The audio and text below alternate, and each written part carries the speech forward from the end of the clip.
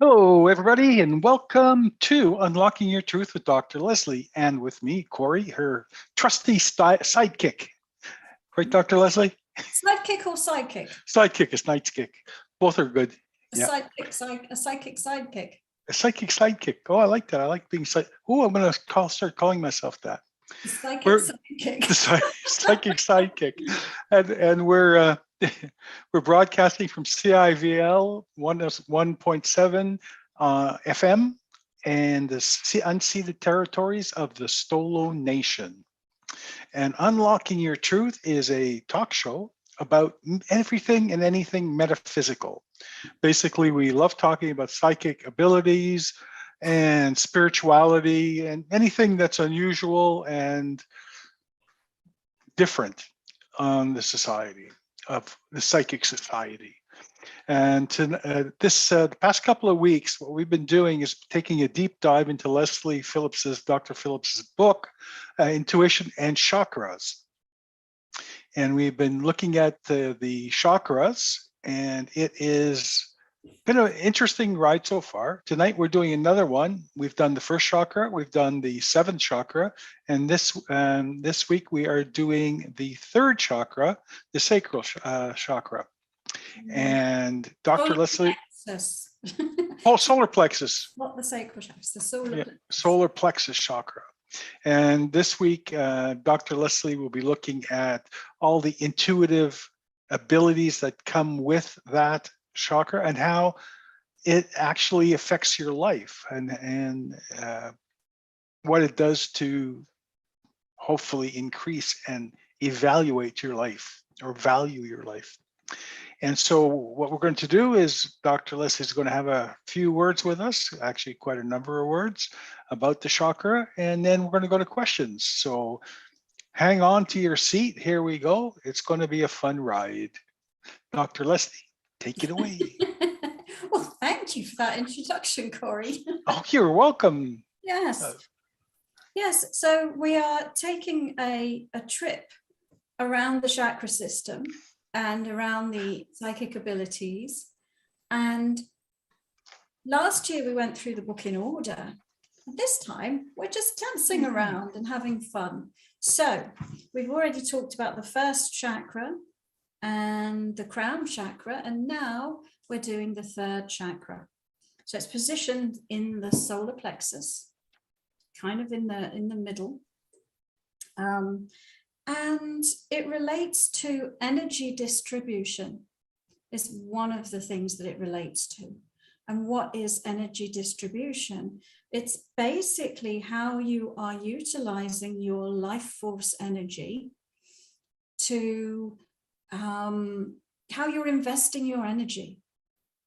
And so we can look at that big picture, and we can look at that every millimicrosecond level as well. So the idea is, where are you investing your energy? Is your energy being invested to support you in following your path and your purpose? Is your energy being invested in looking after everybody else, being a people pleaser, putting other people first and putting yourself last? That's a common thing that many humans do. So your life force energy is meant for you, and it's meant for you to express your unique, authentic self. But so many of us are distracted from that, are diverted from that.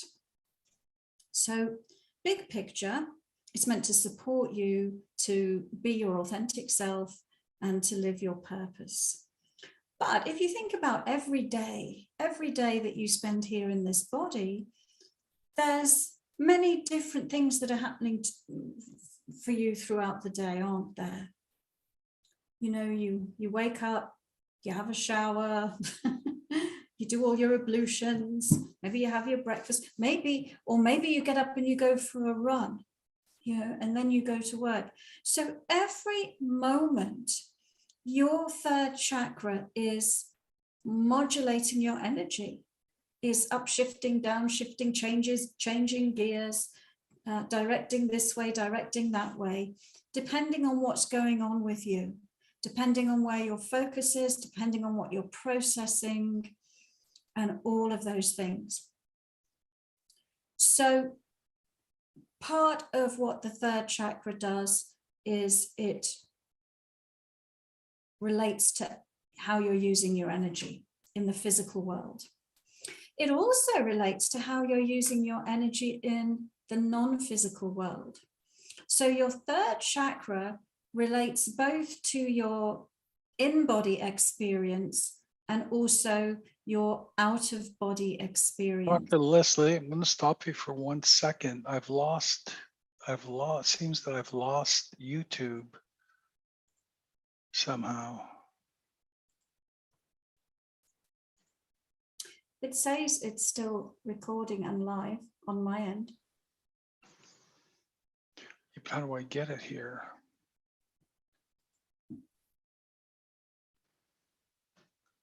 Bear with us, folks. We're just sorting out. Give us a second. Snafu. Can't seem to find it on here. Oh, here we go. Maybe that's it.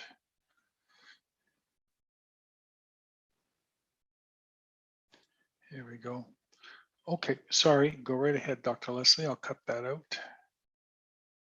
So what I was saying is your third chakra relates to energy distribution, and it relates to your in-body experience, but also your out-of-body experience. And so what do we mean by out-of-body experience? A bunch of different things, actually, but so we could be referring to your astral experience. And commonly, you might think that of that as when you're asleep and when you're dreaming, whether you're consciously dreaming, whether you're lucidly dreaming. So we all travel outside of our bodies when we go to sleep, and we have experiences on the astral plane. So when we're awake and we're in our physical bodies, we're having experience on the earth plane. The astral plane is very closely related to the earth plane. And part of our energy is invested in our astral body. So part of our energy is invested in our physical body, and part of it's invested in our astral body. And the third chakra is governing that energy distribution of how we're using those bodies. So one form of out-of-body experience is astral travel. Astral travel, lucid dreaming, we might put that in a similar category. It's not the only body that you have. You've got a light body as well, which allows for interdimensional travel. And it's also possible to be outside the body as pure spirit, not in any body at all. And maybe the most common experience of that is the tunnel of light.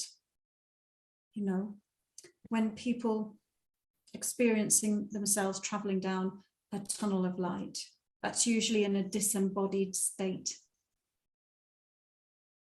So I hope I'm painting a picture of the landscape that's governed by your third chakra. So in your earthly body and your earth plane experience, there's certain rules of engagement, which include, well, now you are in density, you are in time, and you are in moving around in space.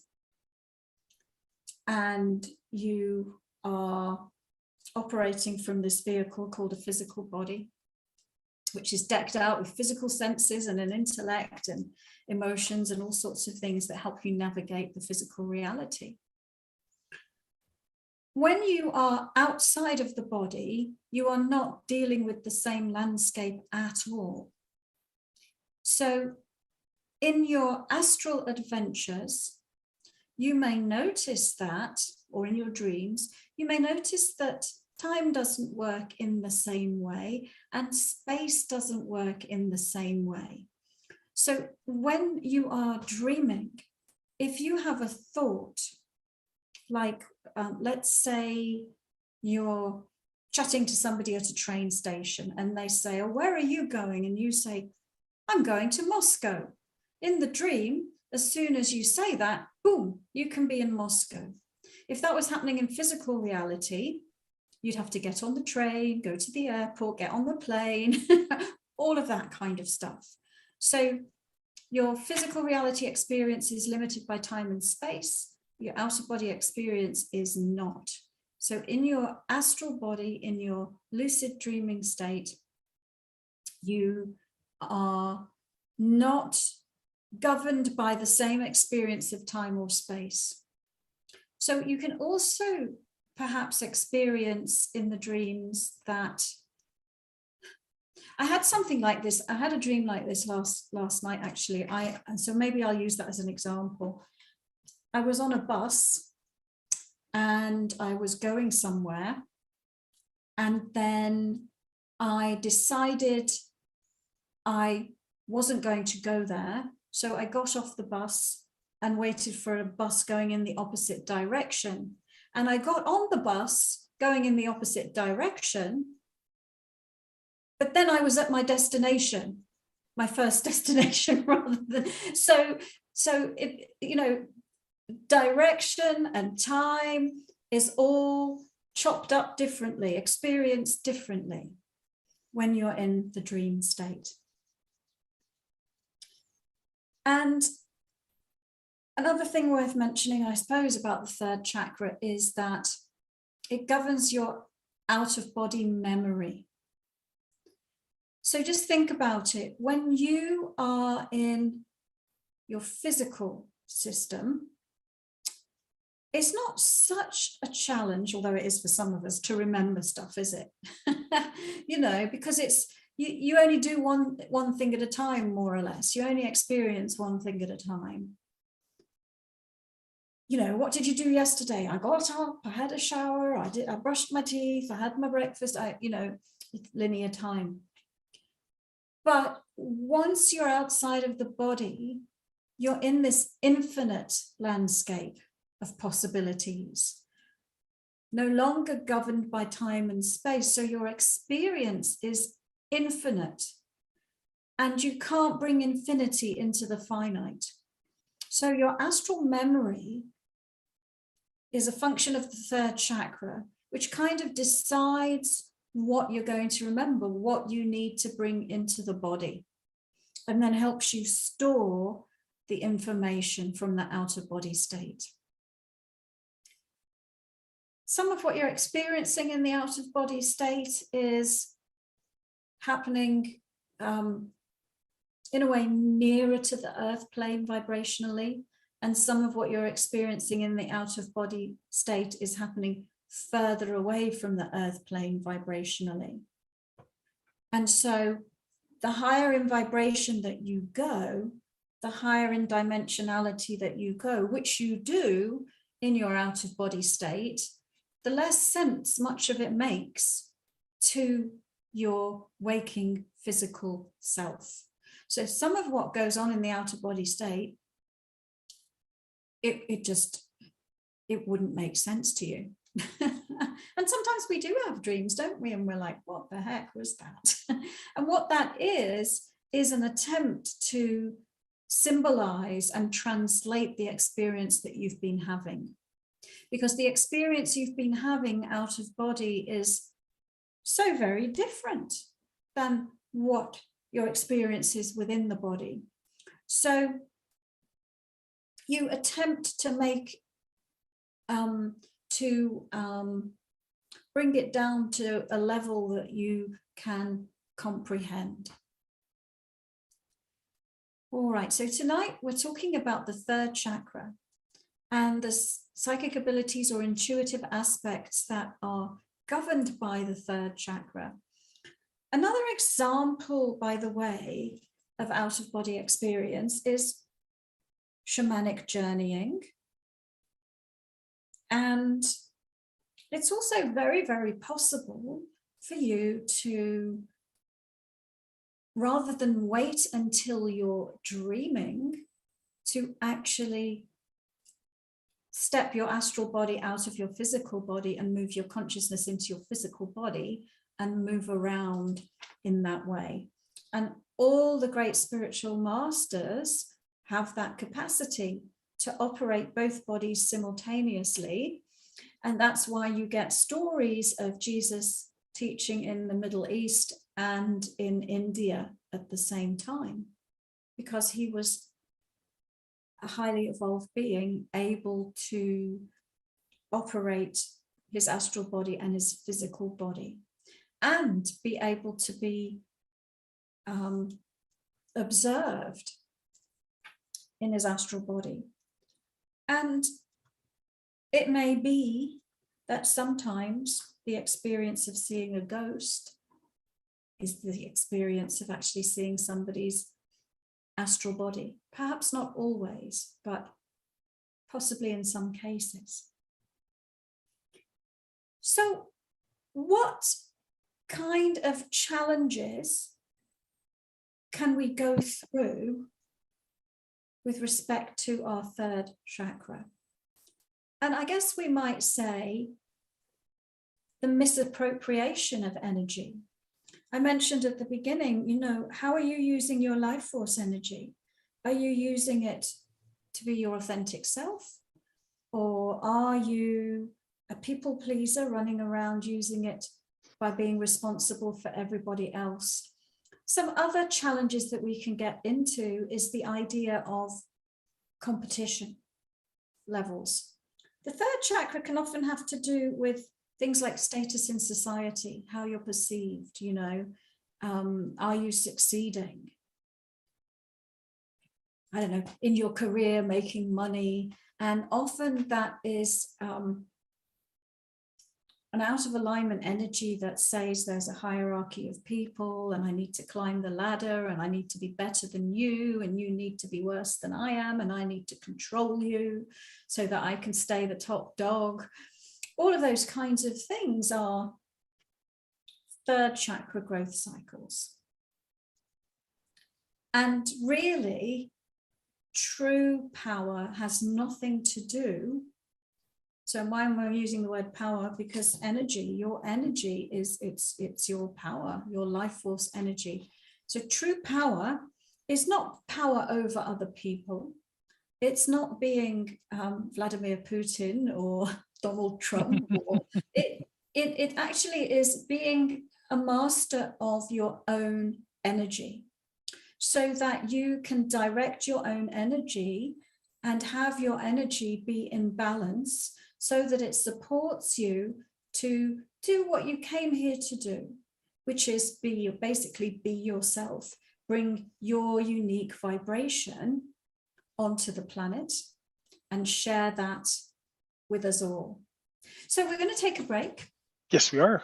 We'll be back after these messages, and then I think we'll open up to answer everybody's questions.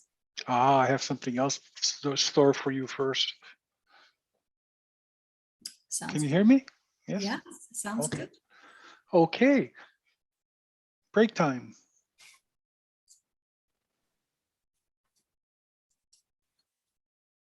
And welcome back, everybody, to Unlocking Your Truth with Dr. Lesley and Corey, the psychic sidekick. Oh, I think that's going to stick now. I'm not sure, but and anyway, tonight we're here on CIVL 101.7 FM. We are talking about one of our favorite subjects, Dr. Lesley's book, Intuition and Chakras. And we are talking about the third chakra. She's explaining all about it. One thing I'd like you to touch on, and before we go into anything else, is healing and blockages, clearing blocks and healing the chakra or cleansing the chakra. Okie doke. If that's not too much. as a Well, surprise? this is part of what I teach in my psychic development courses. Ah, So basically, I have techniques to do that in all my psychic development courses. The Unlock Your Intuition is a course that very much relates to this book, Intuition and Chakras. In Intuition and Chakras, we're talking about, in part, some of the main blocks to developing your psychic abilities and the main blocks to being yourself authentically and living your purpose. So the Unlock Your Intuition course, which is an 8-week course, each module, it focuses on clearing one of those blocks, healing one of those blocks, and each module focuses on a different chakra. So in that 8-week course, we do work around cleansing and clearing each chakra, one each module, clearing the most common blockages to developing your intuition, and also giving you techniques, which are techniques to heal yourself and heal your chakras, and also teaching you how to activate and use your psychic abilities. After you've done Unlock Your Intuition, then I have a series of courses. There's 4 Claire courses. One of them is relating to the 5th chakra and all the psychic abilities in the 5th chakra. And we go very, very deeply in that course into cleansing and balancing the 5th chakra, for example. I have a clairvoyance course, and in that course, we go very, very deeply into balancing and cleansing the 6th chakra, and so on. So in general, all of my courses focus equally on healing as they do developing your intuition, because in my opinion, you can't have one without the other. Or you can, but very, very, very quickly, you will get completely out of balance if you do not heal yourself. So one of the blocks to our intuition is that all the stuff, all the SHIT that we've stored in our energy field, it's like trying to look through a dirty window.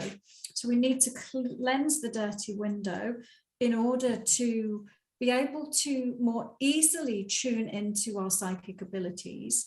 That activity raises your vibration as well, which also is going to help you tune into the non-physical world. So there's a whole process to this, but I will say in my book, in the last section of the book, there's 5 chapters, and each one is on a different energy technique. So the subtitle of the book is How to Increase Your Psychic Development Through Energy. So those 5 techniques in the back of the book can be used by you to heal and balance your chakras. And then there are more advanced techniques to doing that in my psychic development courses. So I've not given you the keys to the kingdom, Corey, but I've told you how you can get them. Tease. Yes. Thank you anyway. So that's that. I'm surprised you didn't talk about meditation yet. I think that's one thing you can talk about. Yeah, sure. How I teach psychic development is through meditation. And why through meditation? Excuse me.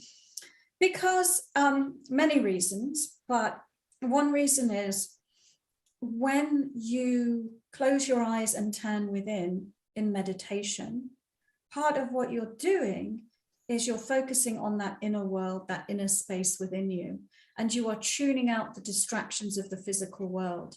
Because your psychic abilities don't exist within the physical world or the physical senses, they exist They're part of who you are as spirit. So we kind of need to tune out the distractions of the physical world and turn within. Now, the other reason why meditation is because I believe that you can really only learn this stuff through direct experience. So it's okay to listen to a podcast and somebody talking about it on a podcast. And it's okay to read a book. And you will learn some things, but you will never really, truly get this until you're having direct experience. And meditation is what gives you that direct experience. And also, in my opinion, very specific type of meditation. So meditation is a catch-all umbrella term, but what does it mean?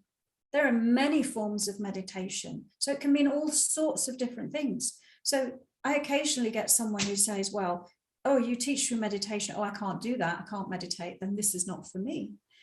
But not realizing that meditation isn't just one thing. There's all sorts of meditation, many different categories of meditation, many different ways of meditating. You know, emptying your mind, focusing on the breath, a walking meditation, chanting mantras, all sorts of different things. The style of meditation I teach is the ancient mysteries, the ancient mystery teachings that were taught in the ancient mystery schools, which were developed very specifically for what I've just been talking about, which is to heal yourself and activate and open your psychic abilities, and teaching you how to be consciously awake and aware as spirit within the physical body. So teaching you the difference between body, which is your vehicle, and spirit, which is you. Body, your vehicle for earth plane reality. It's made of flesh and blood. It's made of earth energy. It gets you about from A to B. But it is your creation. It is not who you are. Your body personality is a mantle, an outfit that you are wearing. It is not who you are. You are spirit. You are a divine spark of consciousness. And when we awaken our psychic abilities and attune to our psychic abilities, we are understanding who we are as that divine spark and bringing that divine spark that we are into the body and accessing the psychic abilities as that divine spark. And this is very fundamental, and it's challenging for people to get, because the body is such a powerful organism and it has its own consciousness, right? It has this very powerful brain that thinks, that analyzes, you know, and like I said, we have this personality, this outfit that we put on. We have all of these egoic constructs, and most people identify with that as who they are. But it is not who you are. And only through meditation, well, I shouldn't say only through meditation, but that is the path that I teach and that I took myself through meditation to enter that self-realization of who you really are, experience the light of consciousness, the divine spark that you are, and from there, cleanse the vessel and access the psychic abilities. And by the way, seeing as we were talking about the third chakra and we were talking about your physical body and your astral body, it's a good idea to keep your astral body sort of purified and cleansed as well. And so that's a whole other thing. Should they use astral soap for that? Or? I guess we could.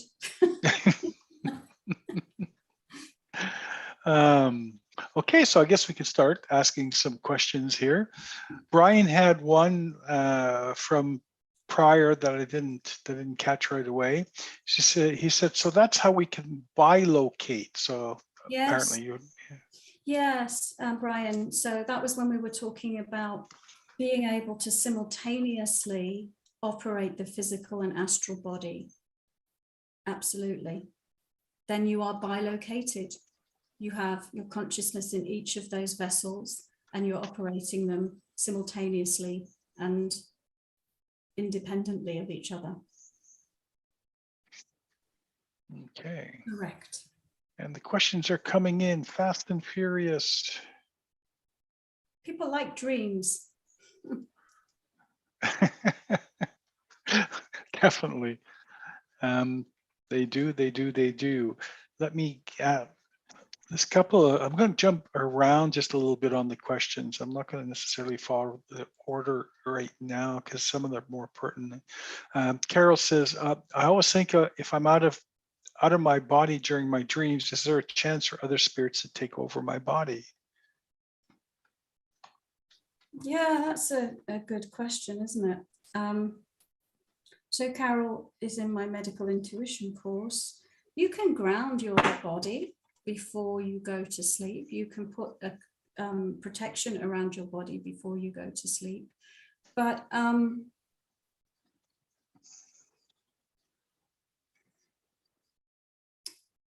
it's usually those funny beings that we encounter that we sometimes take on as piggyback riders in our energy. Many of them are astral beings and we pick them up through our astral body, those Klingons. So on the one hand,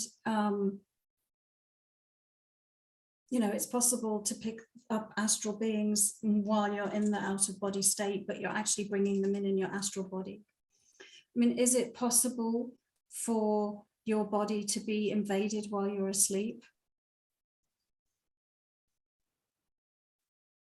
It's not impossible, but you're still maintaining a connection between the two bodies. So you're not abandoning it completely, but I understand the concern. But I guess if that was true, we'd all be walking around as strange zombies. You say so. Yeah. If you say so. Well, it's almost time for a break again, Dr. Lesley. So why don't we do that? It's a few seconds earlier, but it'll get us to there, and then we can have a little bit more time after the break for questions. And people, just get your questions ready so that Dr. Lesley has them. We can only answer so many, but if you get them in fast, there's already a few on the table. And also, if you're enjoying the show, whether you're on YouTube or whether you're on Facebook, please give us a like and a happy hand, a thumbs up. And if you haven't already subscribed on YouTube, subscribe, and you will be known when the information is coming in, all the new podcasts and everything. Okay, how's that sound? Let's go to a break.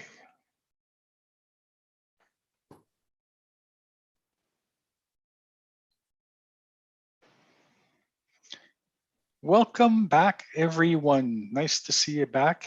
And this is, of course, Unlocking Your Truth with Dr. Lesley on CIVL 101.7 FM. And Dr. Lesley is now answering questions. So send them on in and let's get to the next one. Okay, Dr. Lesley? Mm-hmm. Are you ready? Are you ready for this? Are you ready for another? Anyway, this is from Katie. Katie says, lately, almost every day, I've been waking up during REM cycle, according to my Fitbit, with or without my alarm. This morning, as I was getting ready for work, I think I was feeling out of body, and toward the end of my workday, I felt like I was not myself, not like myself, not who I wanted to be. Would you take a look at this, please? And does this have something to do with waking during REM? Okay, I'll take a look at that.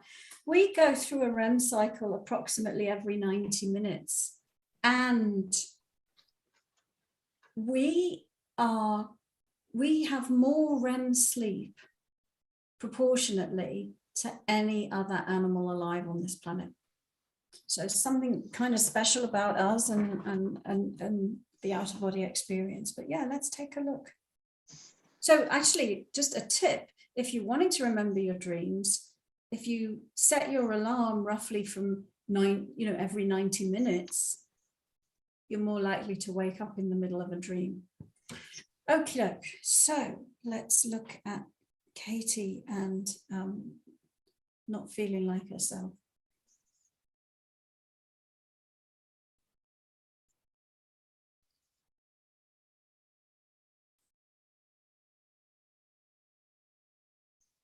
And I wonder how long lately is. I mean, it looks like there's a lot happening for you, especially in the out-of-body state. And it looks like it's relating to acclimatizing to the energy shifts on the planet, and also to participating in bringing in these new vibrations, these new awarenesses. And so it feels like you're in a growth cycle, a very active phase, where you are uploading or downloading, however you want to say, information into your physical body and system. So that looks like it's partly why you're waking up more often, because there's a lot of energy exchange happening. And why did you not feel like yourself?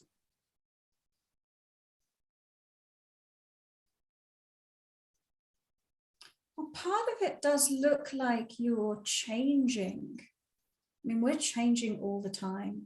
We're actually not the same self from one second to the next, but I'm just seeing that part of it is that you're shifting and changing.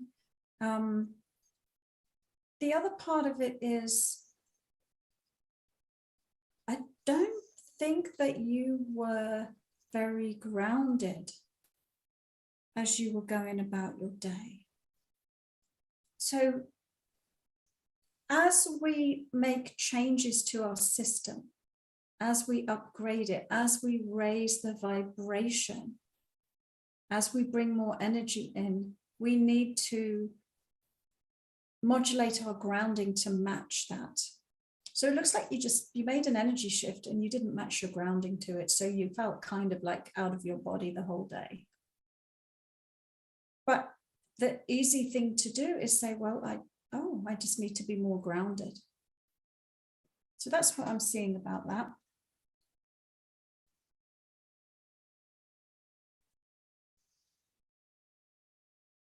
Oh, okay. That's it, Corey. That means next. Yes. Oh yeah, this is from Brian. Brian says, what chakra do we use if we can connect telepathically with animals? A friend had mentioned they believe I have that ability. Could you look at that for me? I've had some interesting experience lately and many memories come up to support them. Well, just so you know, Brian, I can talk to goats. It's your fifth chakra. Your fifth chakra, and we will do a show on the fifth chakra. Your fifth chakra has many different intuitive abilities channeled through it. One of them is telepathy, both broadband telepathy and narrowband telepathy. And this is how animals communicate. It's how plants communicate. We can communicate that way too, and we can communicate with the plants and the animals through telepathy. And then is this, I can't remember if you had your psychic blueprint done, Brian. But let's see.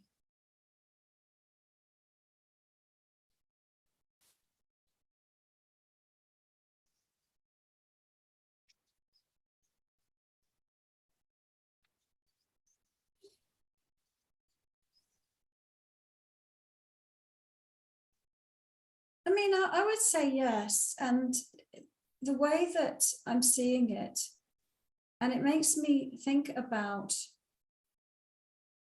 something I've been seeing well, it's not very far into the week, but which is we seem to be shifting our perception and relationship to not just the planet, but all the other life forms on the planet. So everyone I've looked at this week, and I don't know, I must have looked at least 10 people. It's Tuesday. But so it's coming up that they're in growth cycles around attuning to the different aspects of nature, and also understanding that we are a part of that nature. We're not apart from, we are a part of that nature. We're meant to be an integrated part of it. And so some interesting things have been coming up, different people showing different aspects of that. So there was one lady who was really tuning into the mycelium of fungi. And it was actually quite fascinating to realize the whole planet has a network of fungi. And that network it's like a consciousness grid. There are transmissions and communications going across that consciousness grid, and it is interacting with us. Somebody else, it was crystals, and then there was something else as well. So when I look at this for you, Brian, I'm seeing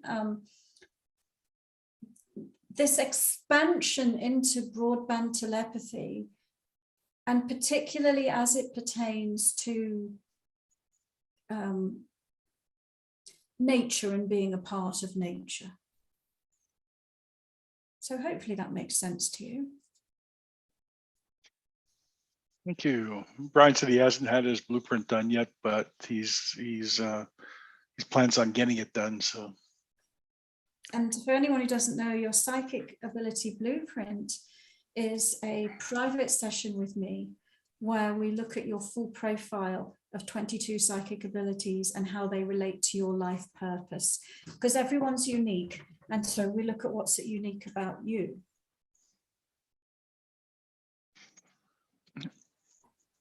And this is from Carol. Carol says, I've always had the connotation that meditation means to silence the mind and try so many different meditations. And so I tried so many different meditations until I came across the one you teach from the mystery school, which changed my life. It's extraordinary. I can literally sit in my meditation for hours. Oh, cool. Wonderful. Thank you. Brian was just saying he likes the planet's own World Wide Web. That's what it feels like. I feel more connected to nature, plants, the planet, and incredible things. Thanks. Wonderful. And this is from Susan. Susan says, is the divine spark similar to sitting in the power? No, I don't believe so. When I look at what you mean when you say sitting in the power, it looks different than what I mean when I say experiencing yourself as the divine spark. So let me see if I can explain. Experiencing yourself as the divine spark, what I'm meaning is that there's a portion of you that you can bring into the body and sit in the seat of the soul in the center of your head. What I see you meaning when you're talking about sitting in the power is that you're immersing yourself in a high vibration energy. It looks like a gold Christ force vibration almost. And so immersing yourself in this high vibration energy and experiencing this high vibration energy. So experiencing the divine, experience the divine force. And so I believe that we're talking about different things. I mean, if we want to get really esoteric, we can say, well, actually they're all the same thing, but because you are the divine force. But no, I'm talking about the unique individual spark of divine consciousness that is you, as opposed to the energy of the supreme being or the energy of the Christ force or any other high vibration energy that we might care to name, that we can sit in and experience and feel.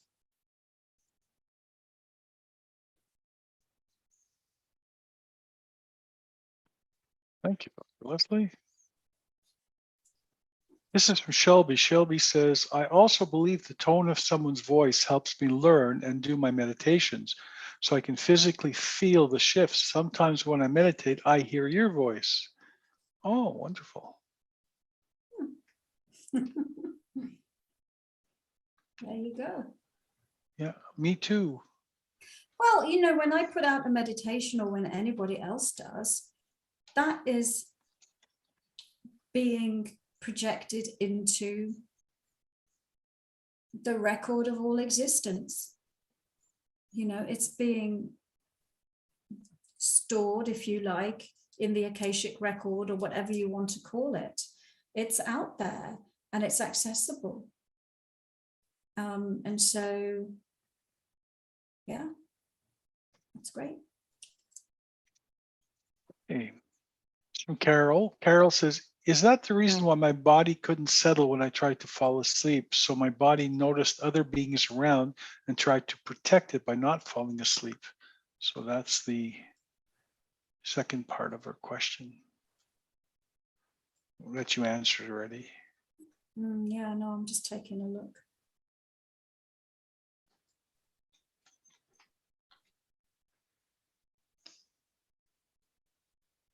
There can be different things that can disturb the body and cause it to have problems falling asleep.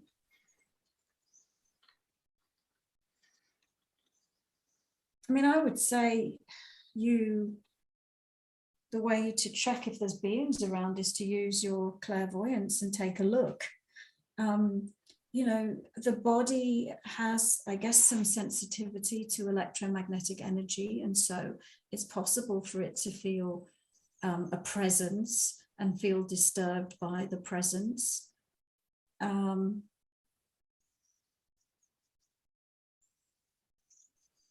me, it looks like the disturbance was in your body as opposed to something coming at you externally. That maybe that your body was processing something that was making it uncomfortable. So we'll leave that there, Corey. We'll have the next question. Okay, and it's from Brian. Brian says, what about walk-ins? I've read where some people literally abandon their bodies or lives and another spirit resumes the life, but it kind of takes a different path. I don't think it's common, but I have heard of it. Wondered if you could comment. Yeah. So there's different explanations of walk-ins, and one is the one that you just gave. The traditional explanation says, you know, that the person A is complete with their purpose and is ready to leave, and that rather than the body die, a second soul comes in and occupies that body. One of the things about that is that soul A is still responsible for that body and what that body does, because that body is the creation of soul A. And so, you know, something to think about. A more contemporary explanation of a walk-in, or a slightly alternative explanation, is that what's actually happening is that what's being uploaded into the body is we could use the term future version of self, or more advanced version of self, or different aspect of self. And that what's actually happening is that the person A is expanding into more of themselves. expressing a greater, wider, or different version of themselves. So it's actually part of the same soul that is coming in, but that changes the personality, because it's like it's a big download of additional self, if that makes sense. We actually did We interviewed a lady who was a walk-in. Yeah, I'm putting that link on now. And I've met a few of them over the years, and they do go, the ones I've met go through the experience of, like, you know, almost like, well, teach me how to be on this planet. I don't understand it. I just found myself here in this body. What's going on? So that's not uncommon. No. Another third explanation is a kind of a braid, where you've got an agreement between two beings to occupy the same body. So you've not just got the light of consciousness of one being coming in, but you've actually got two braided together. You've got two beings now in the same body. That's a kind of walk-in if the braid comes along later. Yeah. Hey. Brian says, I can relate. I'm not the same person, but I don't feel it's all bad. It just feels like there's a lot of changes to acclimate to each day. Well, and remember what I said earlier in the show, you are a different person literally every millisecond. We think we're the same person continuing through life. We're changing very rapidly all the time. So yeah, none of us are the same person that we were 5 years ago, 10 years ago, 20 years ago.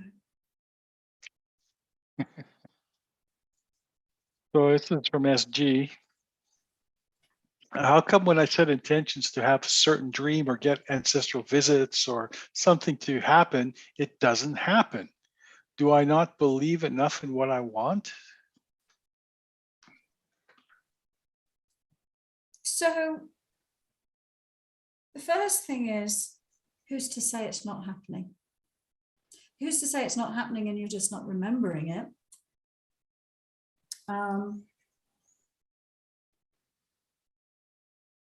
Remember what we said about the astral experience is infinite compared to the in-body experience, which is finite, and we do not bring into the body everything. So,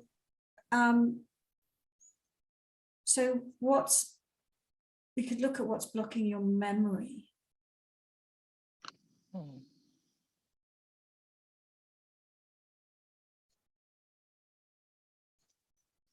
Yeah, I mean, I'm just giving you a little clean out in your third chakra.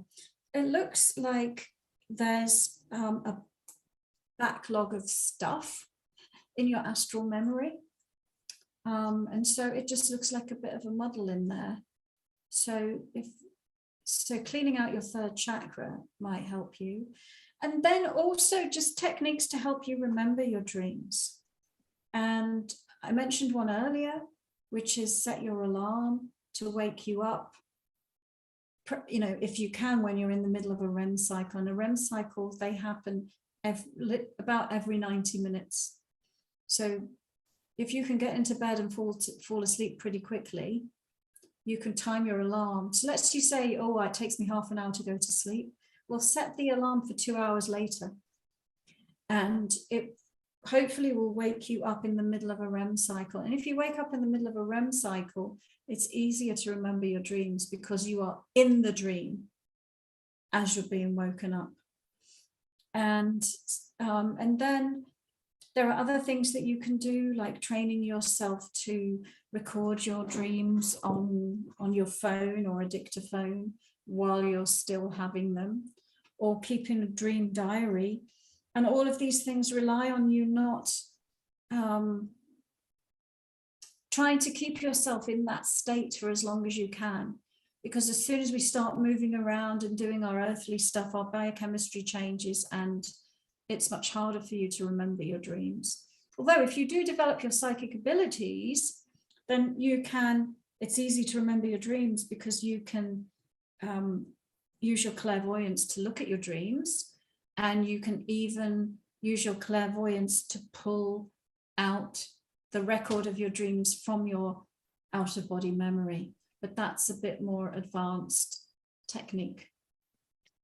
I have one more quick one, Dr. Lesley, from Amanda. I slipped past it. So trying to figure out if going through a divorce after 10 years with a narcissist, is it worth the energy I left everything I owned with a promise he made? Now he's broken it. Will it be worth my energy to recover, like financially, to recover the things financially? Can you put that in a simple way? Is she Yeah, she had a divorce 10 years ago, and there were some promises made. He's broken them, and she wants to know, is it worth her to energy and financially to go after that?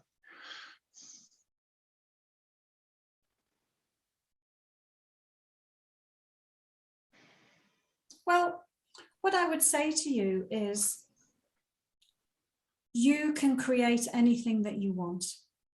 To me, the energy of moving on looks better than the energy of going back and fighting. And remember, you are the creator of your own reality. So you don't need to go back and get that from then. You can create what you want now. So that would be my answer to that. Anyway, that brings us to the end of the show. Another great show, Dr. Lesley, and we'll be back next week. Thank you, everyone who came in the chat room. And next week we'll be doing chakra number. I don't know yet.